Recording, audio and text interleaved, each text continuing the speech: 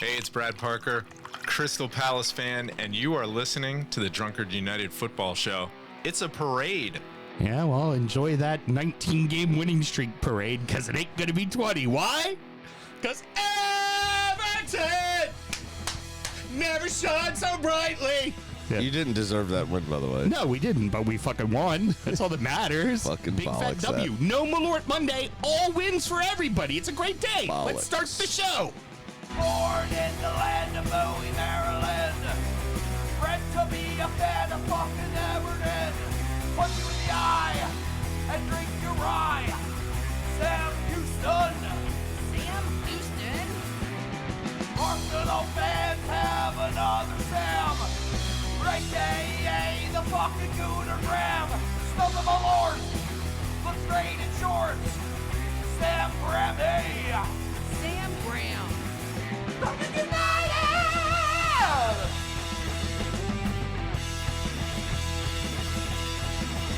Fucking United!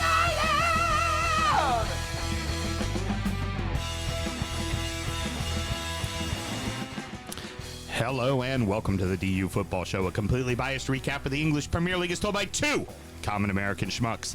I am your host, Sam Houston, and across the way from me, sans headband, my co-host, Mr. Samuel Graham. How we doing over there, buddy? Doing very well. Big Bobby the Plug did make a AI version of me in the headband that kind of poses me as Master Splinter. Yeah. With the Ninja Turtles around me. Yeah. It's pretty good. I don't like how AI aged me, though. You look like Chong. For real. I was going to say, you look like an old Spanish man. But, sure, Billy. Rob then made one of himself. God damn, he is handsome, isn't he? He's a handsome man. That's not too shabby. Check that out, Mel. Look at that. And, The eyes. and of course, on the ones and twos, not being a whore is our producer Mel sometimes. with her words of fucking motivation. Yeah. How you doing over there, producer Mel? Graham, I'm going to need you to text me that photo. Not the one of you. The other one, please. Thank you. No. Oh, God. We're recording at the U Public House just outside the nation's capital. You can check us out wherever you get your podcasts. And, of course, streaming live every single Monday night. Should you want to chat with us, there is many ways that you can. Mr. Graham, tell the good people how they can get in touch. Absolutely. As always, it's at DU Football Show on all the social media and dufootballshow@gmail.com to get in touch via email. Fabulous. And everybody on the TikToks, if you're new to checking out the show, I know we've been doing a lot of stuff there. Please feel free to chime off in the chats.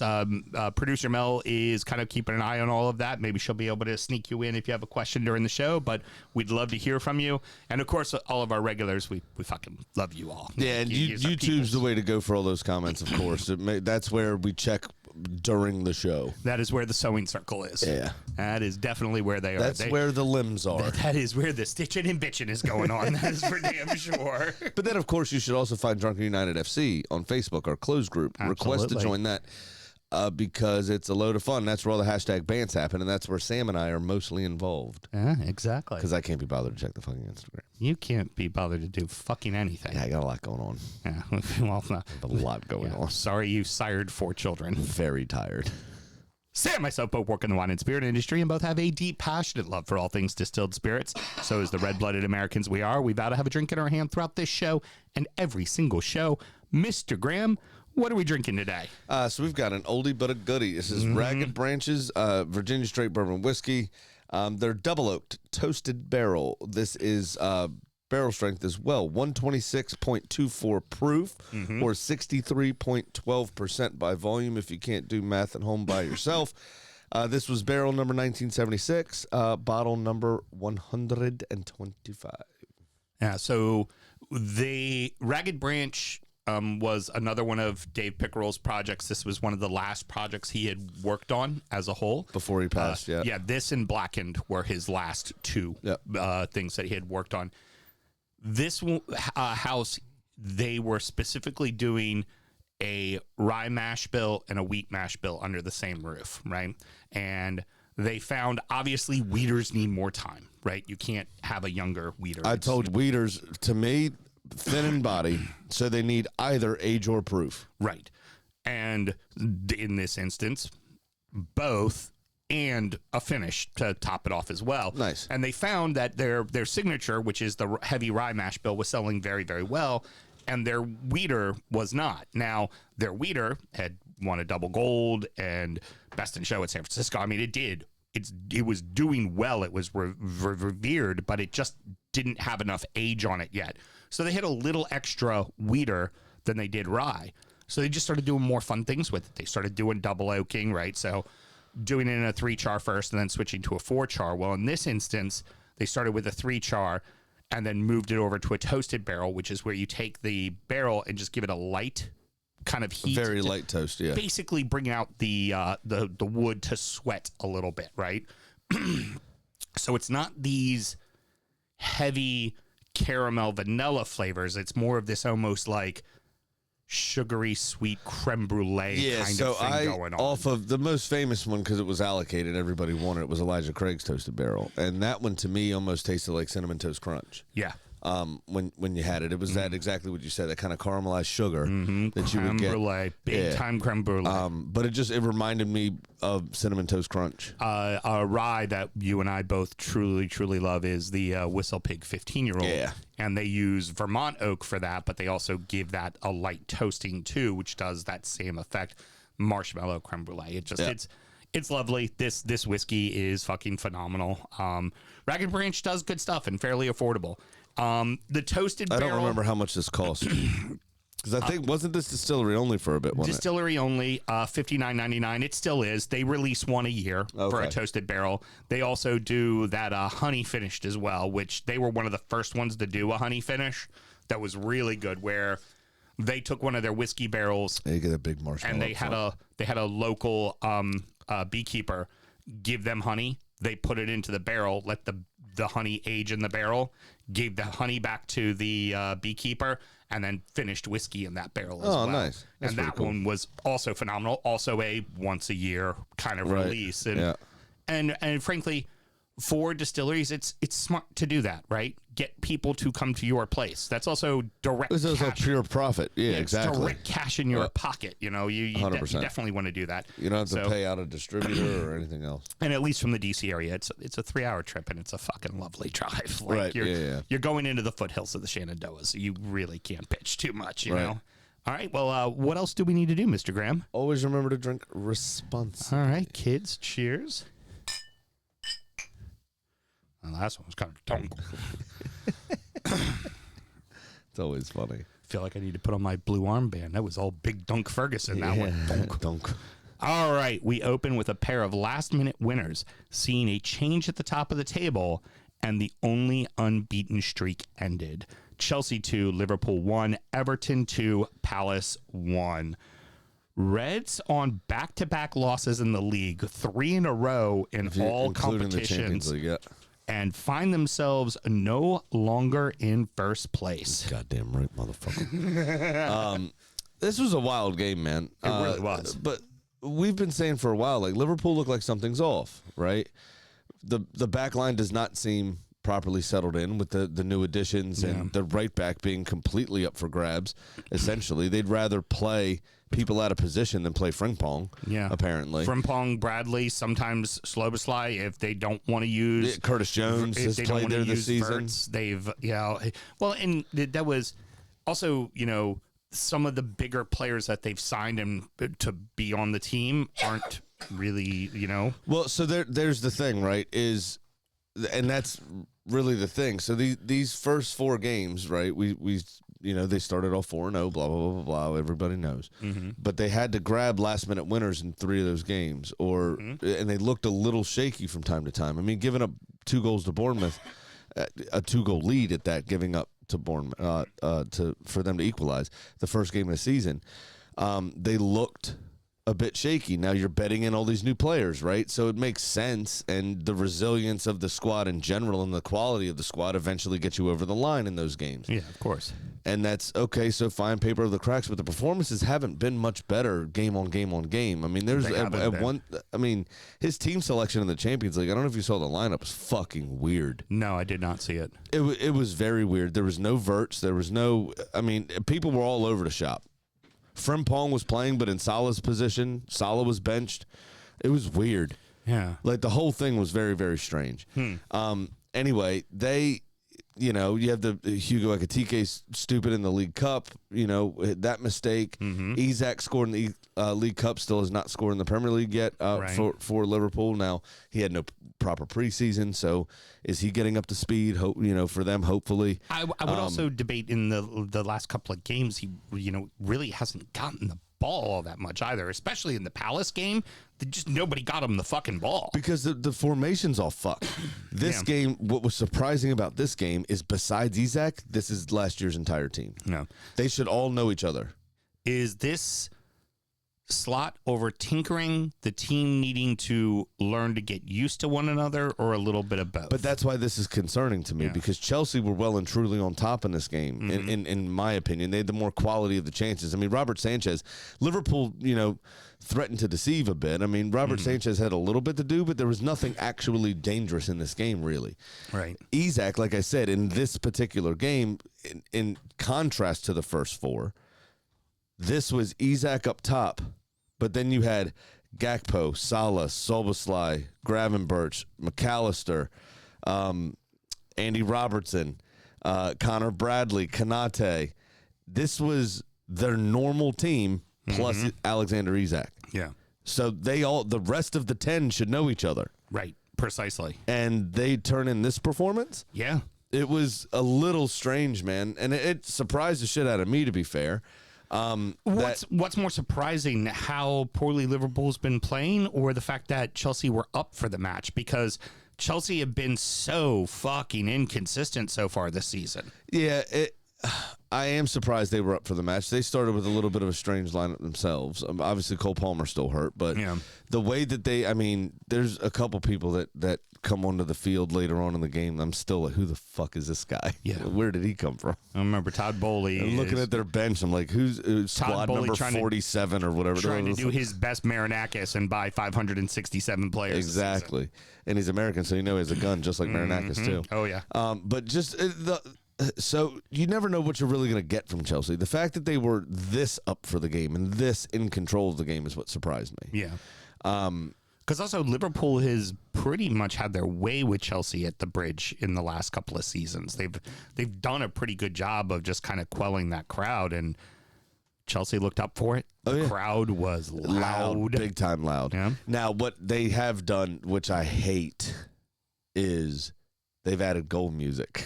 Chelsea. Oh, yeah? And it's the song is Chelsea Dagger. And it's yeah. It's the Chicago Blackhawks use it. Yeah. Fuck off with the goal music. Yeah. I hate it. I absolutely hate it. Huh? It's an earworm. It's in my head now. Well, it's but you know who the most famous goal music is? Bayern Munich. They I still don't know why they make sense together. They don't make sense together, but it's a piss take, which is why it's funny and why it works. Right. They also, the stadium DJ gives it a pause lets the fans celebrate before the goal music starts. And as the celebration starts to calm down is when he hits play. But they have Fred Flintstone going, yabba dabba doo, and then the can starts. Right. What the fuck is this? But Bayern Munich regularly beat people 5-6, 7-1 or 7-0 kind of thing. So it's an absolute piss take. So the other great on a hyper local level, someone wanting to do a goal song because they knew the song and they don't realize nobody else knows the song at all is for the Annapolis Blues. Every time they score, it's Eiffel 85. I'm blue. Like, everyone knows the song, right? But no one gives a shit. It's like, just because it says the word blue, like, why? I'm not a fan of goal music. Just let this natural celebration happen. Yeah, let us do well, especially for Annapolis. We do the old Bay chant. Like, let the old Bay chant fucking ring aloud. That's fucking fantastic. It's awesome. You know. And it's not like you have 12 people in the stands doing it. So there's thousands of people in the stands doing it. So the noise fills the air. It's loud. Yeah. A 96th minute winner. So again, hold on. We can't jump there. Okay. Moises Caicedo. What a strike that was. Holy shit. It was a good hit. That was fucking amazing, that. That was fucking excellent. Yeah. And then I couldn't believe what a good strike that was. Now, and then Virgil the van equalizer, Dijk, Isak's little pass on the equalizer to Gakpo I think that was pretty. I think that was a touch for himself. I don't think it was a pass. Yeah. I think he fucked up, but Gakpo reacted. I want to know what Virgil van Dijk was doing for Caicedo's goal, though. Told you, man. It's lost the fucking step. Oh, and well, he gained it back, backing off of Caicedo. No That's what I'm saying. Yeah, he got that step. That's where the step went. There it is. Because he never addressed the ball. Yeah, he just said, "Keep coming," and his body shape. It's almost like he didn't know where he was on the field. His body shape, his ass was the goal, and he was, I don't know, 3 feet inside the post, maybe. Why do you think they were so desperately trying to get Mark Gahey over the line? They need a third back, and they need to, like, if you're going to, the one thing you don't want to have is 2 aging center backs playing together all the time, and you have that in Konate and Van Dijk, right? Van Dijk especially, I think he's 32 or 33 now. It's okay to have one old one, but then there's got to be one young one, right? There's got to be somebody to pick up that slack. Yeah. Precisely, and you have the wily, crafty veteran that's kind of holding down the fort and knows where everybody's going to play, but you still have that young aggression that's going to go find a tackle, get the ball, address the ball kind of situation. That's why I couldn't figure out his positioning, because he's the wily, wise one. Yeah. What's he doing? One of the other shows that we talk about all the time anyways, the Ramble Boys, they were like, I mean, essentially, Virgil van Dijk twerked Caicedo into a chance. I mean, it was just shaking his ass in front of him as he backed away. It was weird. Yeah. But great goal. And then the equalizer, like you say, you have Cody Gakpo reacting first and stabbing at ball. It was an excellent goal. I mean, just an instinctive striker's finish. But the winner, we get to the winner. And before the winner, I mean, Chelsea didn't let that equalizer stop them. Oh yeah, Liverpool had a little bit more of a foothold in the game, and Sanchez was called into action a bit more at that point. But Enzo Fernandez hit the post. Caicedo had another brilliant shot that was just over the crossbar. Esteval had cut in already and curled the ball with his left foot that was just wide. Right. Mamardashvili had to make 2 excellent saves, one to his left and one to his right, that were both fantastic. I think one might have been from Gittins or somebody, and one might have been from Garnacho as well. I can't quite remember, but Chelsea were still pressing, still pushing. Absolutely. And the crowd remained loud. They didn't let that Liverpool goal deflate them. Right. And then you've got, I can't remember who it was that passed the ball across. Was it Garnacho? It wasn't Garnacho. It was somebody else that came on. It was a fantastic ball flashed across the 6-yard box anyway. Yep. And Esteval, Andy Robertson fell asleep. I mean, you saw it in the replay, right? When they did the slow-mo kind of to make sure everybody was on side. Andy Robertson's hands were on his knees. Yeah.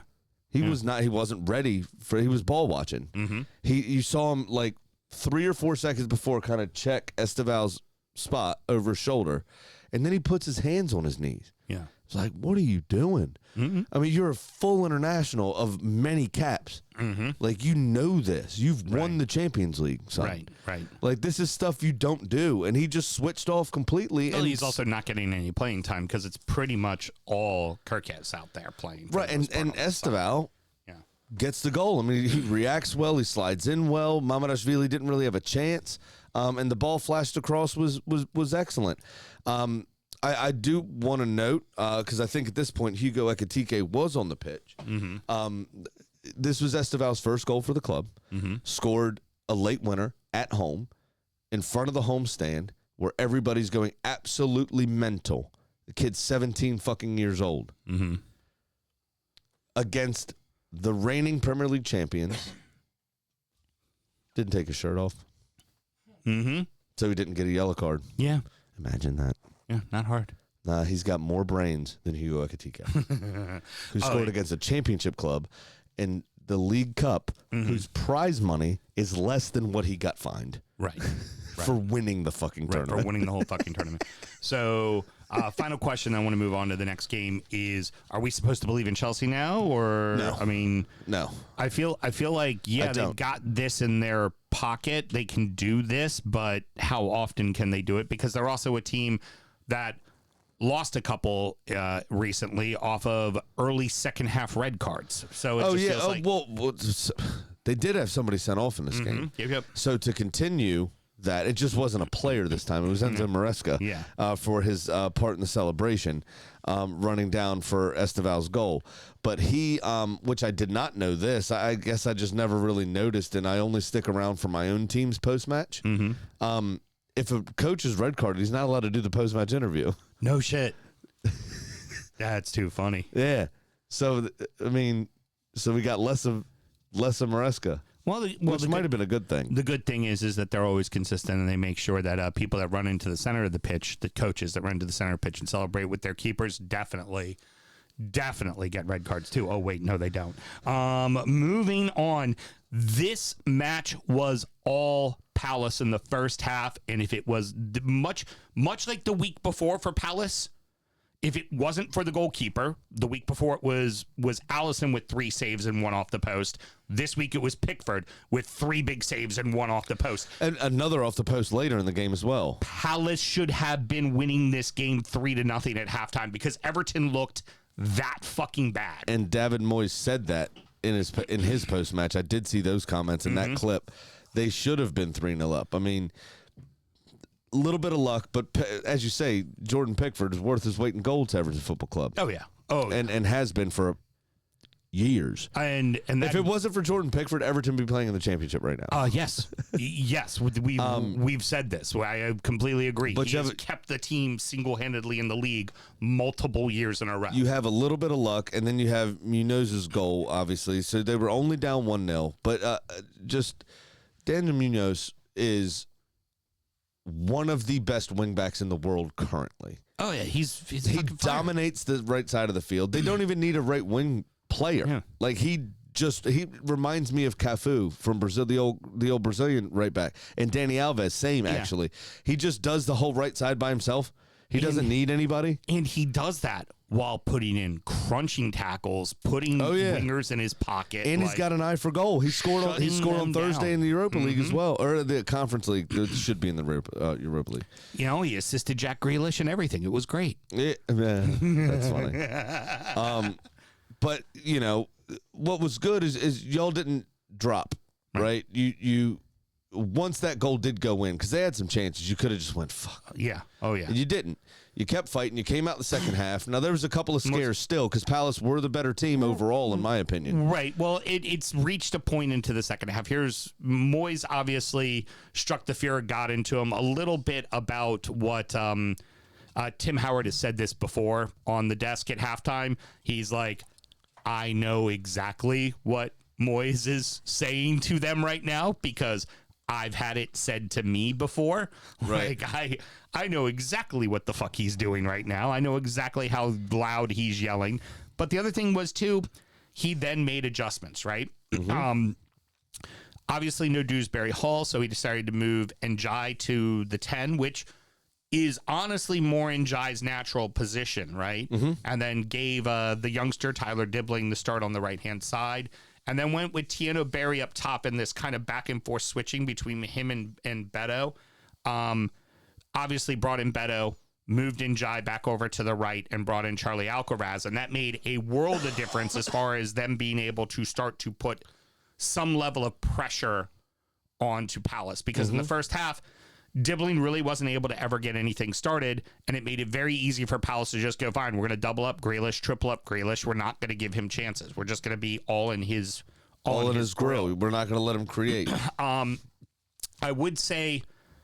But Alcaraz, obviously that he made a huge difference. Made a huge difference because Alcaraz passed the ball to Njai, who then crossed for eventually Grealish to put the ball in to win the game. Yep. Right? It was that connection anyway that did the work. So I do want to say with the striker situation, I think we're asking a little too much at Tieno Berry as he's a youngster and he is an heir apparent, right? And we want to get him minutes, but I don't feel like starts are the right thing for him, right? If you're looking at a team, even if Beto isn't scoring, Beto's a chaos monster, Yeah. And he runs all over the place and is very physical and kind of beats you up. But I wonder if David Berry's Moyes not there yet. I wonder if David Moyes has Marco Silva sort of Fulham idea where if one of them's not scoring, I got to remind them that I have Muniz on the bench. If That's Jimenez fair. didn't put the ball in the back of the net, could be the case, and I'm going to give Muniz 2 starts in a row and bring Jimenez on, and then Jimenez ends up going on a 5-game scoring run. For me, I would just start Beto for now and keep starting Beto because Beto's going to do kind of the physicality stuff you need. And then you bring in Barry later when he can run into space because they're 2 very different type of strikers, each of them. Well, yeah, that's true too. And, but the other key thing that really fell into this, because early in the second half, Palace had a couple of opportunities that they definitely should have scored on, and again, didn't. And then it was around right before we got the penalty that Njai scored, which, by the way, dead on penalty. There no doubt about it. Went through the guy. It was an easy call. I felt bad for LaCroix. Yeah, it was just. I felt bad.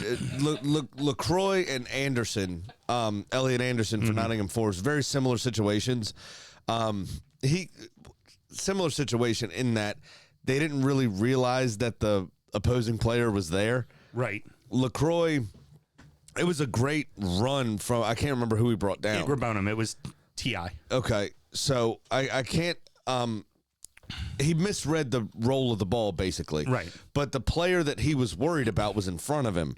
So when he fucked that angle up and he had to turn back in towards his own goal, Igor Bonham was there. Mm-hmm. And he was like, oh, shit. Like, he didn't even know he was behind him at that point. So when he turns his right shoulder to address that ball, Igor Bonham's already got the ball. He's like, oh, fuck. And he brings him down. Elliot Anderson, same way, is trying to play out of trouble. And then Bruno Guimaraes steals in, and he just kind of turns. The ball's already gone, and he makes a tackle. And it's unfortunate. Yeah. I felt bad for him in that sense. Yeah. Because I've been there as a defender. It's like, hard luck. Didn't hard really luck know. Penalty. It's a pen, but it's a hard luck it's pen. definitely a pen. He just didn't know the player was behind him, and he turned in to do the right thing, and then it just all went to shit. Here's what I started to notice at that point watching the game. Palace started to look real fucking tired. Yeah. And you start to wonder because he's starting the same lineup during Europe and during league play. That team looked real fucking tired by the end. It's also one of those too. You're at this new stadium. Mm-hmm. They built it similar to Goodison, where the fans are right up on you. Interesting fact at the end there too. It's loud. Mm-hmm. It's intimidating. Y'all are obviously unbeaten there. Mm-hmm. They do all of this good work, and they can see that you're starting to get a little bit more. You're starting to push a bit more. You're starting to put them under pressure a bit more. And then that's how you give up the goal, the equalizer. It's deflating. It's demoralizing. And then after that, all Everton. I think Pickford only had to make one more save the rest of the game. And you could even hear in the commentators, they were like, there's going to be another goal, and it's probably going to be Everton. You feel like it's going to be Everton that goes on to win this game. Everton. Absolutely. And, of course, 92nd minute. Ball comes in, gets knocked around. Munoz just goes to clear it. Again, completely unlucky, and he had a phenomenal game.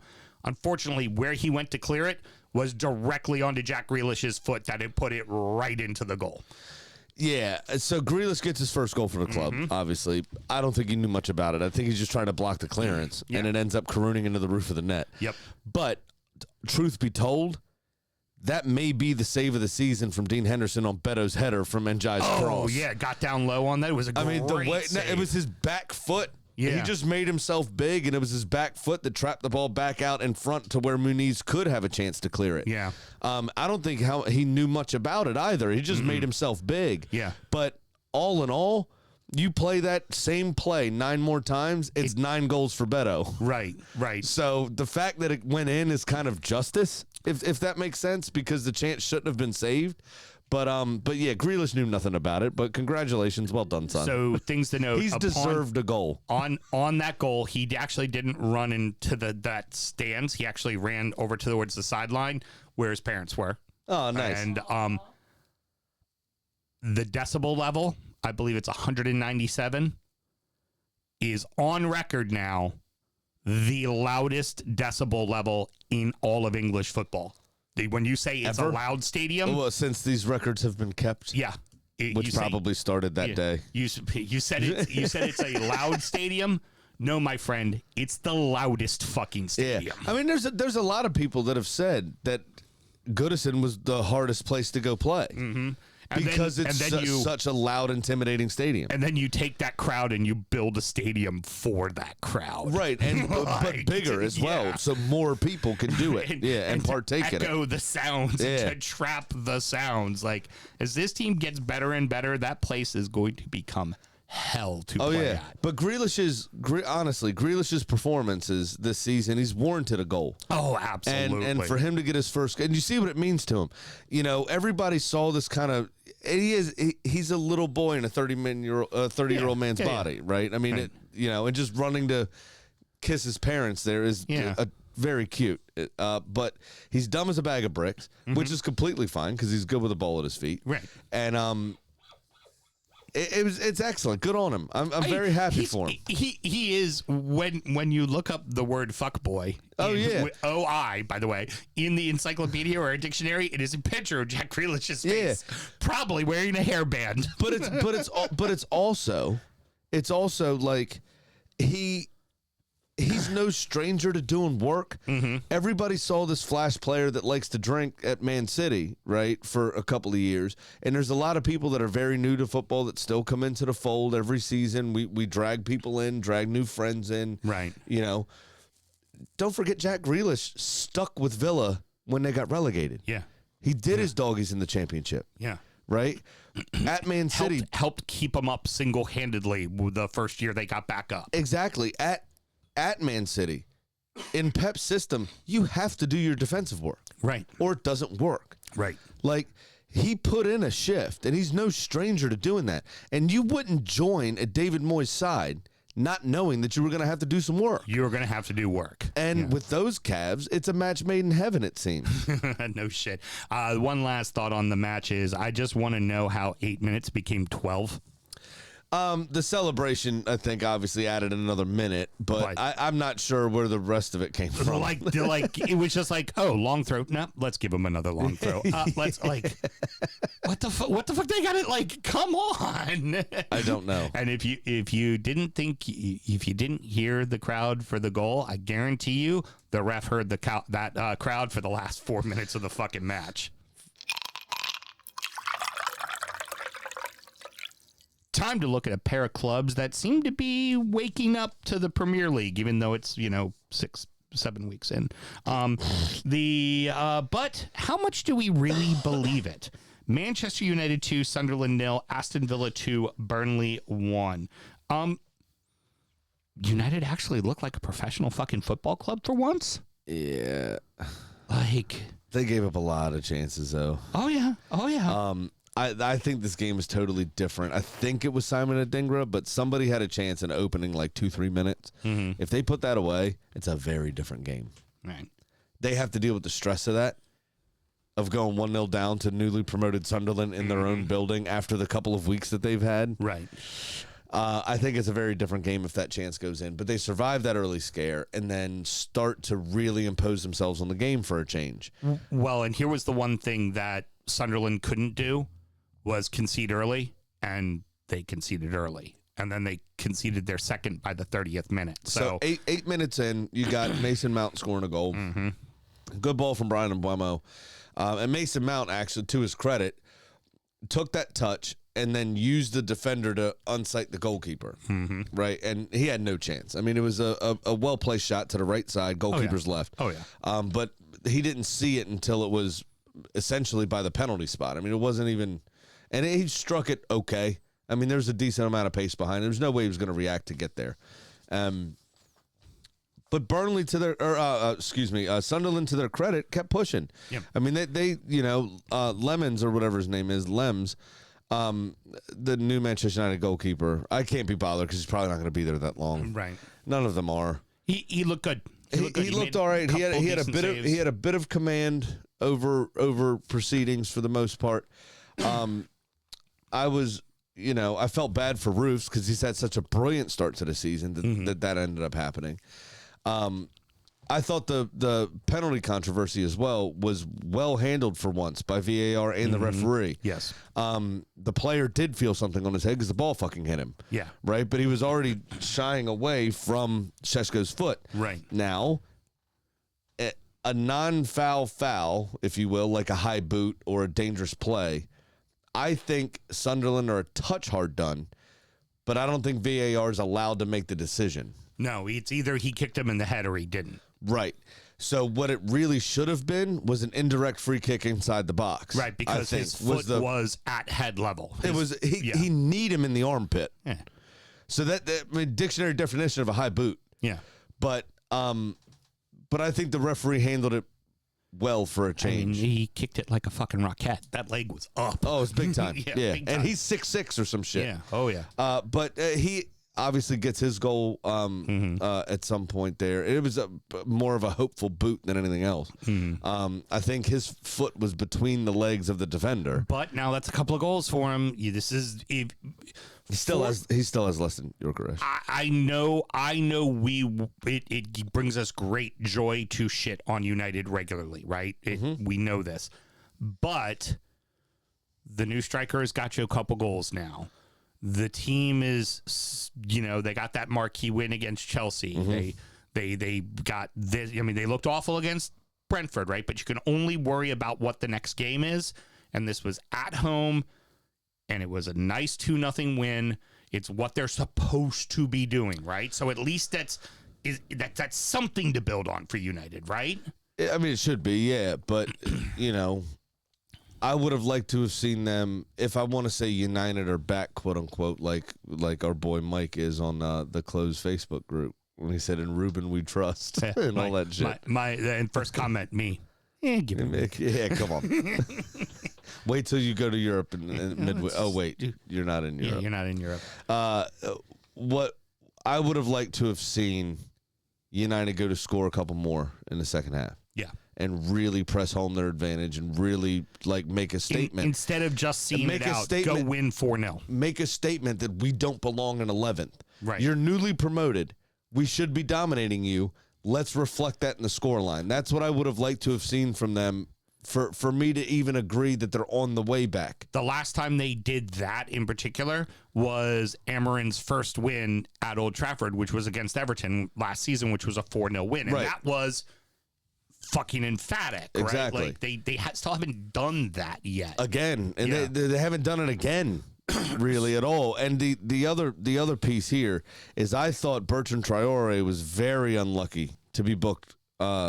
Was at the end of the first half. Might have been early in the second half when he cut between two players.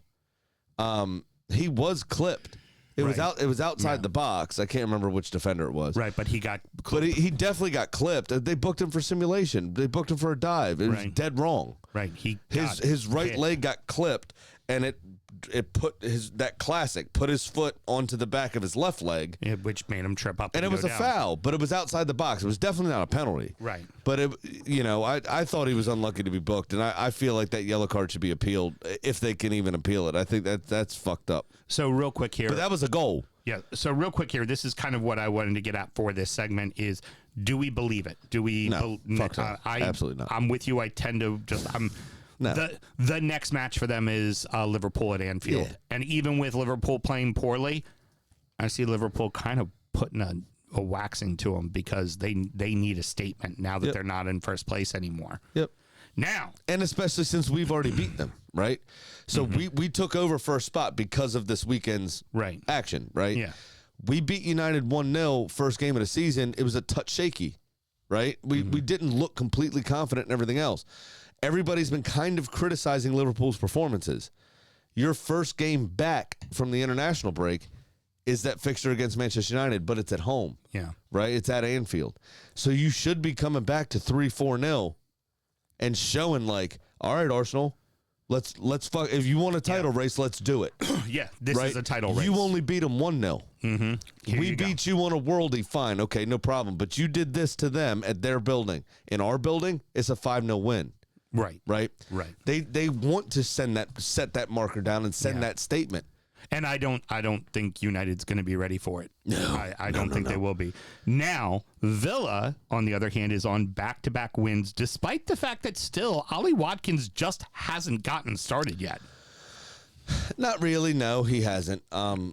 It's the Villa boys, for whatever reason, have been putting better performances in for England than they have for Villa. Yeah, no shit.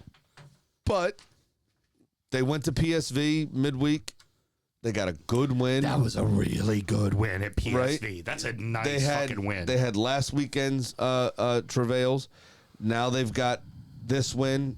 Not PSV, Feyenoord. It was Feyenoord. Feyenoord, you're right. You're right. PSV's in Champions League, I'm sorry. Still, Feyenoord is a nice fucking win. That was not a dig. I did forget. At Feyenoord is a good fucking win. Also, Rotterdam, which is where I think Feyenoord is where they lifted, I don't know if they lifted the European Cup there, but definitely played on the way to lifting the European Cup in 1982. A lot of that was made in the build-up. Right. And it was a substitute that scored and a substitute goalkeeper that kept a clean sheet as well. There was a lot of similarities when they did it. Oh, yeah. Not the point. But it's multiple good results in a row. Marco Bizot? Yes. It's multiple good results in a row for Villa, and that's the key, right? Real quick, I do have to insert this. When I was watching Gonzalo for all the highlights, right, on Paramount Plus. For the Champions League stuff and all the European matches. Yeah. Definitely, first half, Bizot makes like this little save. Great little save, yeah. And one of the commentators goes, Marco Bizot. And somebody goes, well, buddy, Marco Bizot. And somebody else starts talking. He goes, Marco Bizot. Thank you. and they just brilliant. cut out. And they cut right out of it. Yeah. Oh, that's all they did from the commentary desk. Fantastic. I was like, fucking brilliant. The other thing is somebody we've all wanted more from. He's been a great impact sub over the last season or so. But Daniel Malen really played well in this game. He had a great game. That second finish especially was fucking brilliant. It was solid. I mean, No, I'm sorry, it was the first finish, the slide. Yeah, the one. Yes, Was excellent. That was the first finish. Excellent. Right on target. Was dialed in. It had power behind it. It was beautiful. Both of them. So real quickly touch on Burnley, and then I want to get back to Villa to finish the segment. Burnley showed guile, right? Like they had a fight, and I think we're going to see that from this team the entire year. Unfortunately, I don't think it's going to be good enough to keep them up. But like I was talking about last week, I don't see them dead on last now. I think they're going to be a tough out for people. Yeah. And they proved it, and they got, the goal they got was a good goal. Like they played well. Leslie Ukachukwu with a great header, close range from a corner. I'd question the marking a little bit there, but it was a fine header. Also, I love a man named Ashley, Leslie, or Lindsay. It's just good. Just What love about that. Sue? A boy named Sue. That's a Johnny Cash reference. No. Anyways, It's also a boy. I said man. so Mel, real quick. By now, I'm sure he's a man. Listen, it's cute when they're boys. When they're men, it's just gay. Mel, It's a throwback to sound check, by the That way. is not a show title. I was about to say the same thing. That is not going to be a show title. If you don't remember the Kim Jong show Community from back in the day, you won't get that reference. I'm not a bigot, I promise. Mel, what is the word on Buendia? Because I know he went out, got clocked pretty good. Looked like I got his bell rung. Not released anything beyond just recovering. International break, so they can get away with it. I wonder if he goes back to Argentina or not. Got a chill down me back. Yeah, no shit. And the same question I just posed about United, I'm now going to pose about Villa. Are Much Villa more back? confident. Yeah, I was going to say. Yeah, no, we're Much fine. more We're good. confident. And as soon as Ollie Watkins gets a couple in a row, I think the floodgates are going to open. I think it's going to be fine. That is a team that will be finishing somewhere between 5th and 8th. They were having fun. Yeah, they on look good. Sunday. They looked really good. But you And also had... that was something even the commentators picked up on. They're like, oh, Emi Martinez, he enjoyed that one. Oh, McGinn having a little bit of fun with them over there. It's just like, and they were enjoying it. But you also had, right, the last two games prior to this one, and I include the Europa League in that. You had Buendia and McGinn scoring again. McGinn especially was played out of position for the first few games of the season. They looked unbalanced. You got him back playing a bit more centrally. Look what happens. Yeah. The Villa are on the march. Once Ollie Watkins gets that confidence back, right, I think it'll be fine. I think Villa are going to be absolutely fine. By the way, Keith Kern wants you to know Graham killing it with the homeless drunk look. Thanks, bud. Rounding out the rest of the league, and so that happened. Bournemouth 3, Fulham 1, Spurs 2, Leeds 1, Arsenal 2, West Ham 0, Newcastle 2, Forest 0, Wolves 1, Brighton 1, Manchester City 1, Brentford 0. If you're the Cherries, of course Semedo is scoring goals, but then also Kluivert added one as well. That is exactly what the fuck you want with your offense. I have a very fun fact about that, but first Please. I need to reference what Mel took us to break with. Because I told my Rocket League dad friends that I was a headband guy now. And I sent them this photo, a little high and a little drunk. But I sent them this photo. If y'all can see that, Mel. Yeah. Okay. So that's what got worked into the AI? Well, no, not quite. Well, yeah, it did. But then I got this in response. If you remember this wrestler, Melissa. I got that in response, that I looked like him a bit. I got this. Very good. Melissa.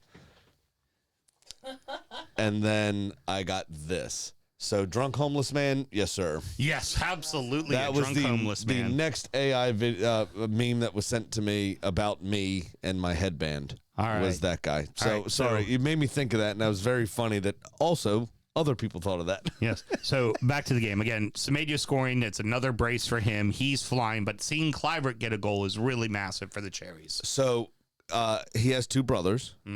Patrick does. And they are, Justin does. Patrick's the dad, the ultimate Kluivert, King Kluivert. Heard King Kluivert. He had a son score in the Europa League on Thursday. He had a son score on Friday in this game. And he had another son score for Barcelona under-19s on Saturday. First person to have three sons score 3 consecutive days in Europe's top 5 leagues. Wow. Isn't that pretty cool? If I was their father, I would be walking around proclaiming to everybody exactly how strong my sperm is. Don't forget they're Dutch. He's already done that. Yeah, it's true. The Dutch have are literal strong sperm. people. Yeah. It was an excellent game, and the reason, if you look at my notes, I put the second is because you pitched the show running order as comeback kids in the first segment. And Ryan Sessegnon got the game going with a pretty decent goal from him. Yeah. But this was Squirt Session 2.0. Essentially, I mean, it was absolutely pissing it down after Manchester United Chelsea last weekend, and we saw what happened there. This game was absolutely pissing it down. Windy as fuck as well because it's on the south coast. Yeah, Storm Amy coming through. Yeah, that's right. Goddamn right it is. Okay. I'm gonna Google that later. Incognito, Mel. Okay. That's terrible. But no, it was a good game. Once it finally got going, that goal in the 70th minute. If you can condense that final 20, including stoppage time, 27 minutes from when Sessegnon scores to the end of the game, game was fucking awesome. Yeah. First half, couldn't have given a fuck. Yeah. I almost turned it off.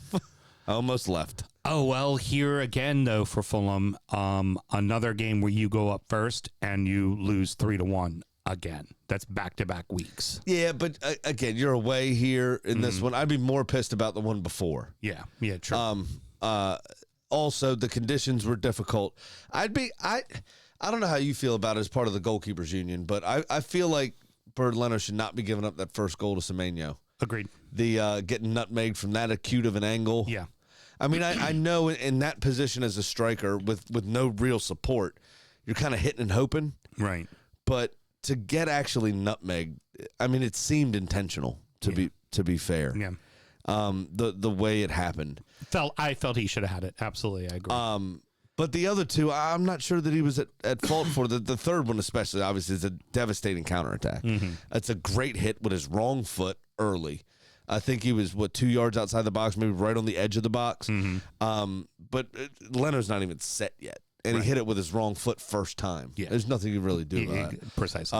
And his team are up pushing for an equalizer. Yeah, you're in no man's land. Right. That's tough. You can't really knock him for that. But the second goal was a bit of a peach from Justin Cliver. It was excellent. Well, we know from last season he has that in his locker, and he just hadn't for sure. He hadn't really gotten going yet this season. He is honestly, I knew all the defenders were going to get picked up. I really thought he was going to get picked up by somebody too. Preseason, and this is why we don't do our prediction until after the transfer window is closed. I thought Bournemouth were going to be in real trouble because I thought Semenyo, Clivert, the defense, possibly Evan Nilsson would all get bought up. By somebody. And I'd like Evan Nilsson. I'm surprised that Newcastle waited out for Wiesa for so long. Right. Just go get Evan Nilsson.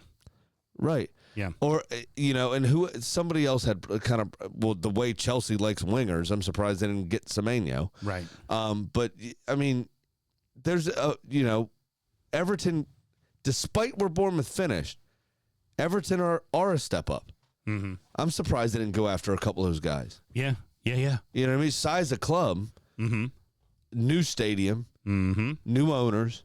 I'm surprised they didn't go for a couple of those guys. Well, for the 10, they really had their eyes on Dewsbury Hall. That's someone apparently they were looking at the year prior to as well. They were trying to get him in loan in January. But it's a bunch of guys that does their doggies as well. I mean, they have to at a club like Bournemouth. You have to put your defensive shift in. Yeah. So it's somebody that I thought y'all would have been looking at kind of heavily. Agreed. But so Leeds get their first loss at home, unfortunately. And hey, Sam, are you ready for my surprise face? Dominic Calvert-Lewin is hurt. Is he? I didn't know that. That's my surprise face. That's funny.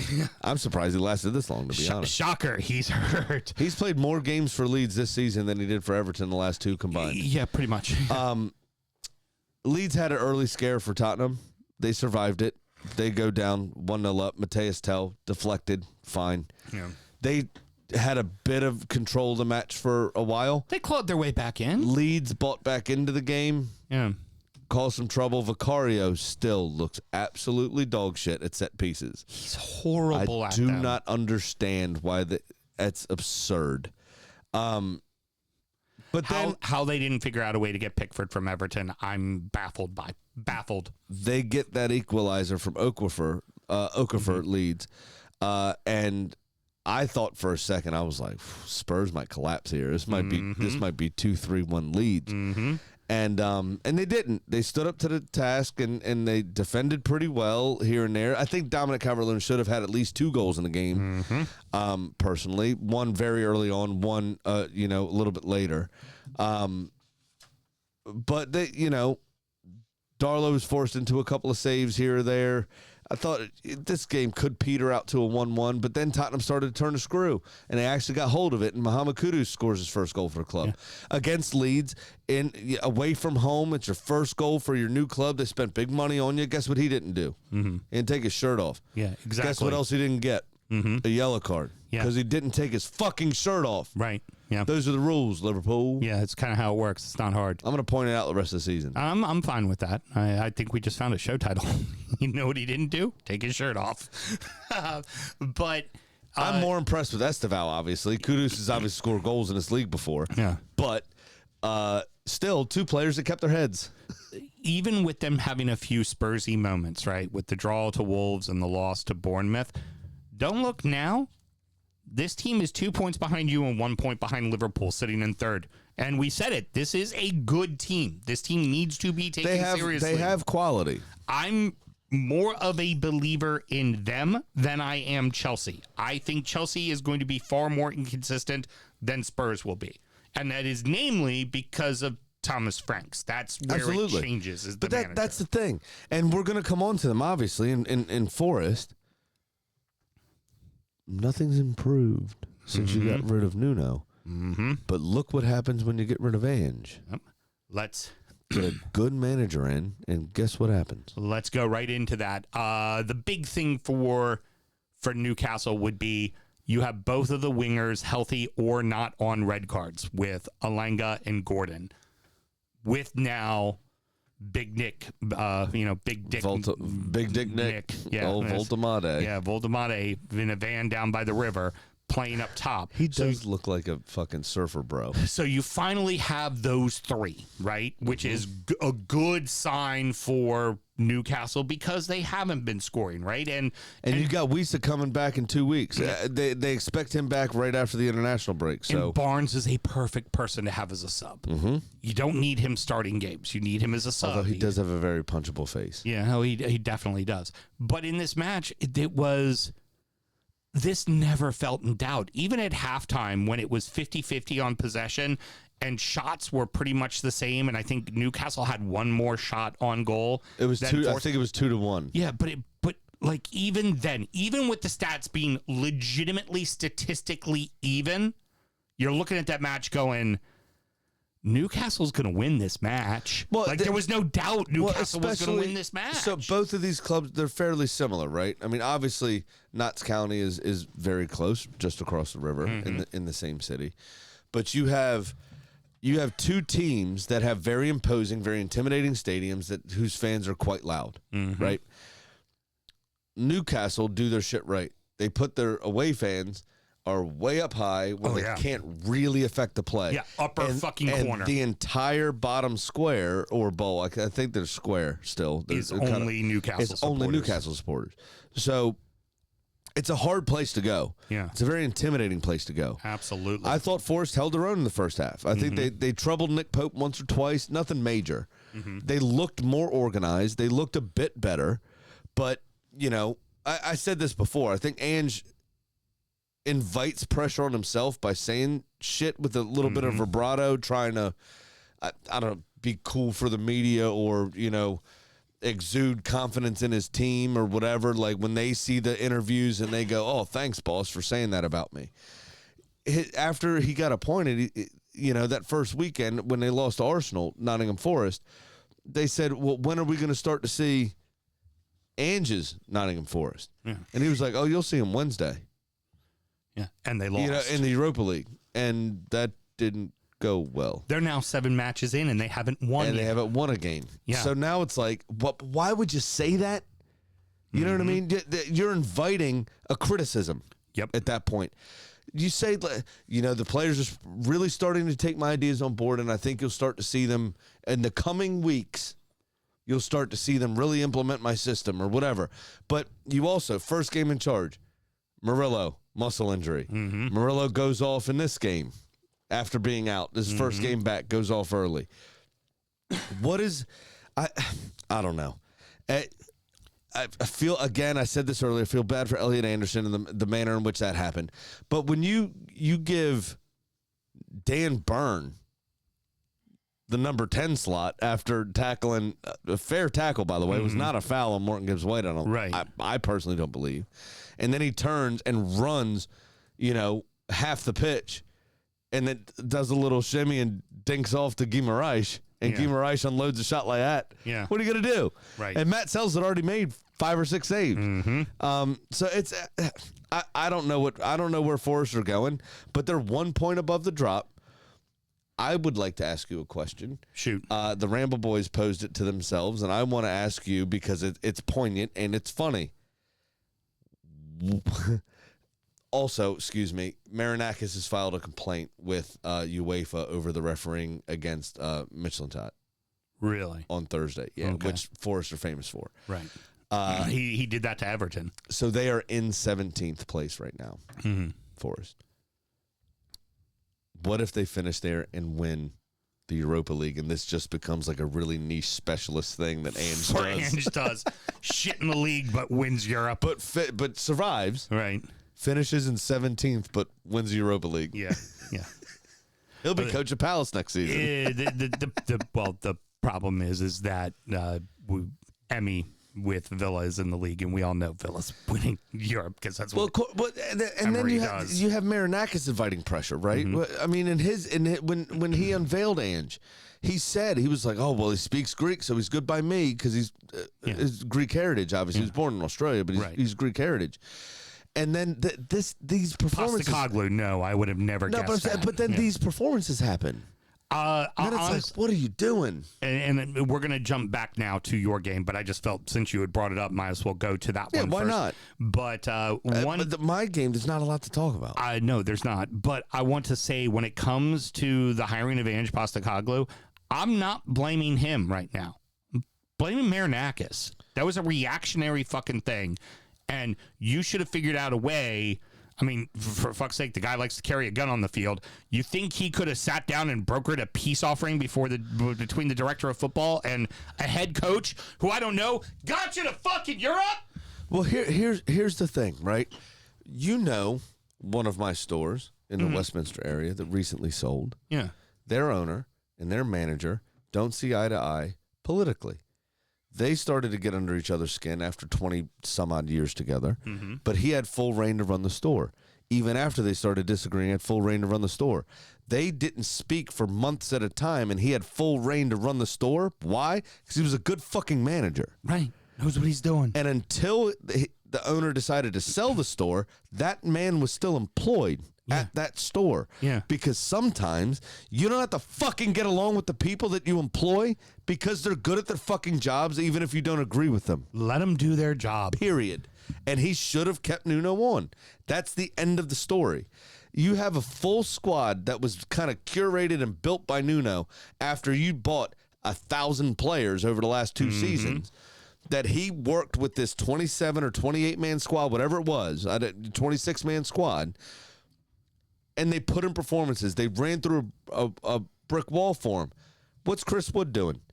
You think he was a one-hit wonder? He scored 15 goals for Burnley. Mm-hmm. He's got, one this season so far in the Premier League? Chris Wood, some crazy ass stat, like 10 years of double-digit goals That's what I'm saying. In the Premier League. He's got one so far for Forest because you can't figure this fucking system out. He's got the biggest, dumbest forehead in all of fucking doesn't make footy. any You can't sense. get the ball to him? The only thing I can think of is it's a New Zealander that you hired an Australian to manage. Get fucked. You just don't get it. Professional day at the office for the Gunners, but they find themselves atop now. You know what? I think Arteta overthinking things. Did you see the attacking lineup we started with? Superman. It was Declan Rice was the anchor. Yeah. Then you had Odegaard, Eza. Yeah. You had loads of attacking players on the field. You had Saka, you had Gyökeres, and I think Martinelli started the game. You had all of these players on the field, and we were fine, like we were comfortable, but it was so unbalanced we couldn't figure out what to do. Yeah. There was too many cooks in the kitchen. Right. So what I would like to see is we have like-for-like replacements in every position. If you don't think this guy's up to snuff, or you think this guy might get injured, or he needs a rest, don't change the formation. Just take Odegaard out, put Eza in. Yeah, I was going to say. Or put Wanyeri in and start Eza on the left. Odegaard hurt or whatever. again. Like, just give 3 straight games. He's come off before halftime. Give him a fucking few weeks off, man. Yeah. You've got the fucking legs. You've got the ponies in the fucking stable. Give him a few off. Agreed. Because especially your schedule's about to start getting pretty easy. Agreed. Let him fucking rest a little. Agreed. Like, just. But it was a knee to knee. Yeah. What happened was a knee to knee that he couldn't recover from, and he thought he might be able to give it a go. I think it was a bit of a dead leg sort of situation. Yeah. It was a pretty hefty, because he was not the aggressor in the situation. It was a pretty hefty challenge on him. Not a foul by any means. It was a 50-50 ball. They both got the ball. But it was knee to knee, and the other guy was running full pelt. Yeah. So it's one of those. It sucks. And he gave it a go. He tried for another 3-4 minutes to run it off, and it wasn't hitting. What patience by Martinelli to see it. He was like, "Oh, Victor, this could be a goal for you." Waited for it to come off the post, and then hesitated again to let the defender end up in the back of the net before he tapped it in. Yep. Fucking brilliant. To also make them look stupid AF. It was a professional game. Real quickly, Bukayo Saka's goal won me $85 also, by the way, nice. on FanDuel. Cool. Real quick, just to touch on West Ham. Nuno's got a lot of work to do. Nuno's the right guy for the job. Like, Nuno's who took over for Cooper when Forrest was in a bad fucking way. Got them fucking solidified, figured out a way to get them to stay up, and then the next year they're battling in Europe. I'm really glad that I had that information about Nuno prior to the game starting, right? The week before, obviously, he was taking training that Saturday, or took the game that Saturday. Right. That's exactly why I went with under 4.5 in my bet. Mm-hmm. The Arsenal are a much better team. Yeah. West Ham are not very good.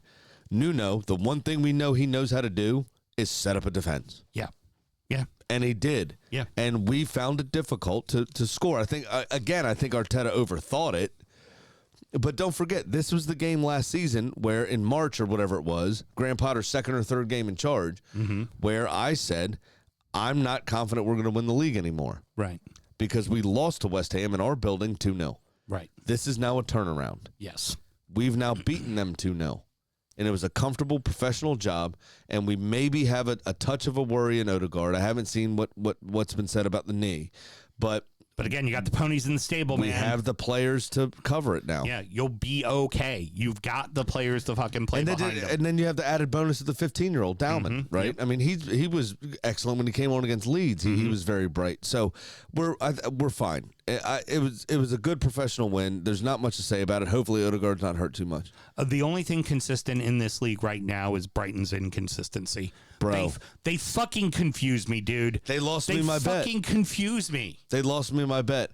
And usually very reliable Danny Welbeck was the reason for it. Yeah.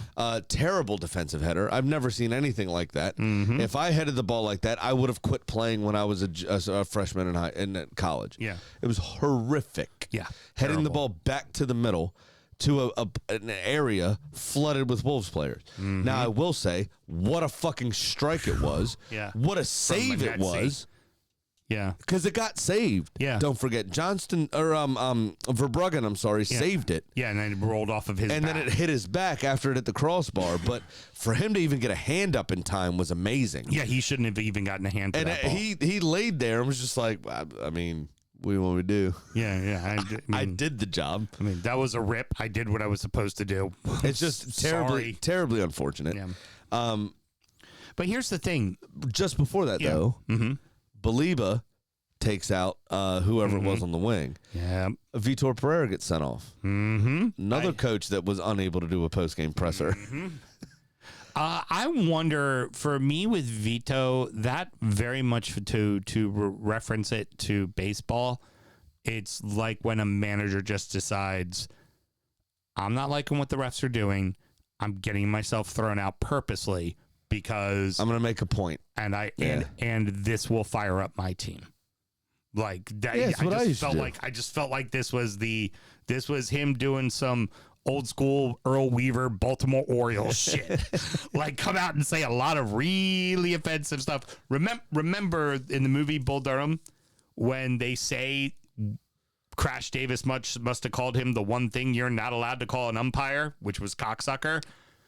That's directly ripped off from Earl Weaver, because that's when he would just walk out and go, "Were you a fucking cocksucker?" right off the bat. Get to him right the fuck out. Oh, anyways, back to actual footy. But see, that's what I would do, right? And you've said this to me many times. How many times were we behind in a game just on the balance of play, and I would just hit the first person I was close to that was receiving the ball. Take a blue card, turn around and yell at and the I would team. just turn around and go, "What the fuck are you all doing?" Yeah, fucking play. And then I would, take my yellow or whatever, and I'd go off the field, and and then we were fine after that. Yep.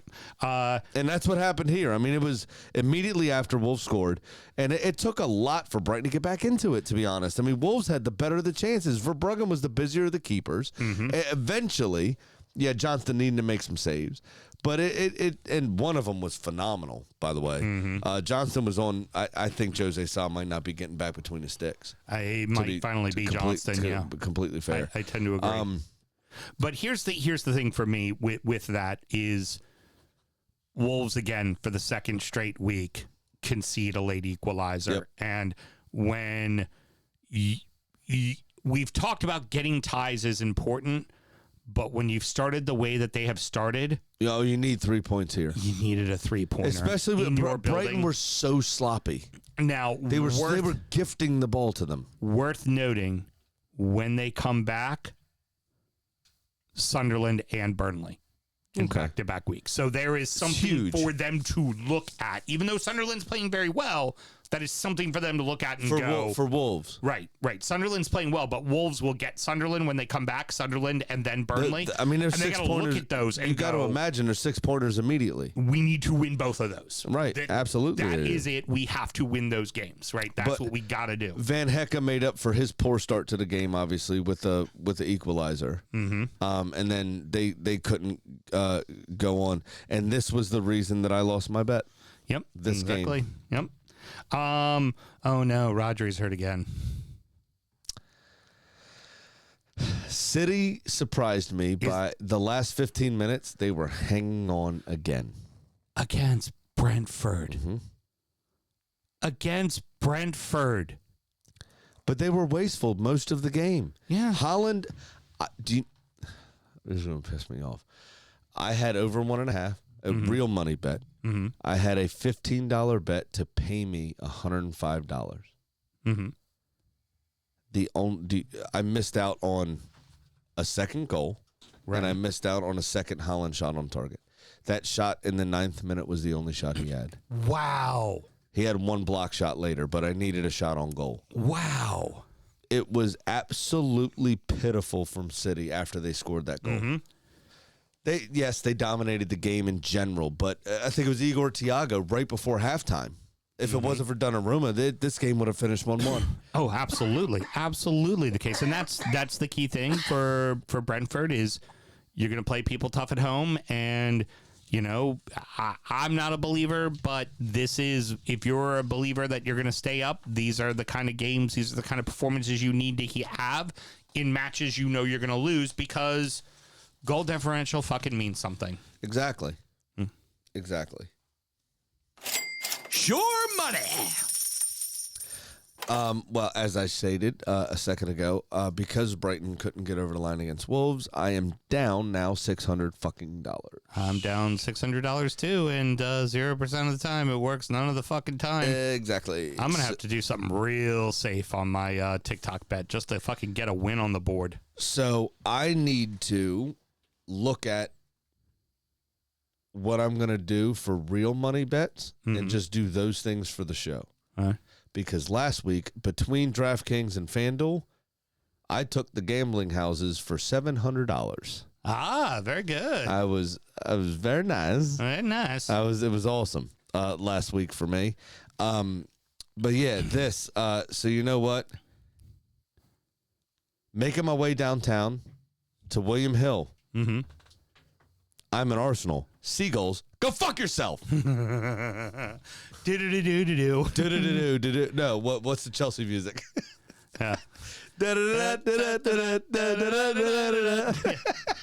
All right. Well, Mr. You Graham, get Chelsea's goal celebration music because you're cunts. that is going to wrap it up, Mr. Graham. Do you have any parting words? I don't remember any bad people this weekend, to be quite good. fair, except for Vitor Pereira. Yeah. And Enzo Maresca being idiots. Excellent. Well, That's all. I'll allow. Yes. Marco Silva was really mad about something. Do you remember? I still can't figure out what it was. Oh. It was very cunty, Oh. actually. Allow me to that was hijack it. Allow me to hijack it for a moment. When this show goes up on Tuesday, it'll be about 19 years ago to the day that I asked someone to marry me. And I'd do it all again. So love you very much, Mrs. Houston. Oh, Yeah. Well, you might want to unmute yourself if you're saying "oh" to make me sound good, at least. Aww. Yeah. So that's not our anniversary. It's the day I asked her to fucking marry me. So that's all. Yeah. To be honest, I can't remember if it was the 7th or 8th, but now I know. It's always the 7th. I'm just teasing. Yeah. Thank you. if he remembers it, he'll never let you forget it. Yeah. Nope. Nope. Well, it's remembered for other reasons. But anyways. Well, congratulations. Well you. done. You didn't let the wrinkly shirt get in the way. No, he said something stupid, and I still said yes. Yep, exactly. That is when I took a knee with the ring in hand. She looked at me and said, "Don't say something stupid," with tears running down her eyes. I was still in my pajamas too. It was so romantic. She had to go to work. I wasn't gonna let her get out of the house before I did it. That's all there was to it. And then she went to work, and everybody was promptly like absolute fucking assholes to her at Yeah, work they that were day. all mad that I was late to work. What'd you say? Because it was stupid, obviously. I just, The fact that he asked me. yeah, that's all it was. It was just that was a day that harbored a different meaning for me, and that I wanted to take an example of what that man meant to me and the love he had for his wife, and that was the day I wanted to ask my wife to marry me. Oh, Look nice. at that. One of only 2 friends on their first marriage. Yeah, exactly. That's good. Who's the other one? Flam. Oh yeah, Flam. That's it. We Yeah, talked us and about Flam. that. Yeah, that's right. Once he got someone to marry him, he wasn't going nowhere. That was it. There's no chance he was getting a second. All right, everybody. Next up is DU does the EFL, or DU does EFL, where we're going to recap the rest of English football. Championship had a wackadoodle fucking week to talk about, including the Old Farm Derby as well. And, of course, then we will be doing Injury Time, which will be a preview of the games for 2 weeks from now. Yes. So we don't have to do a show next week.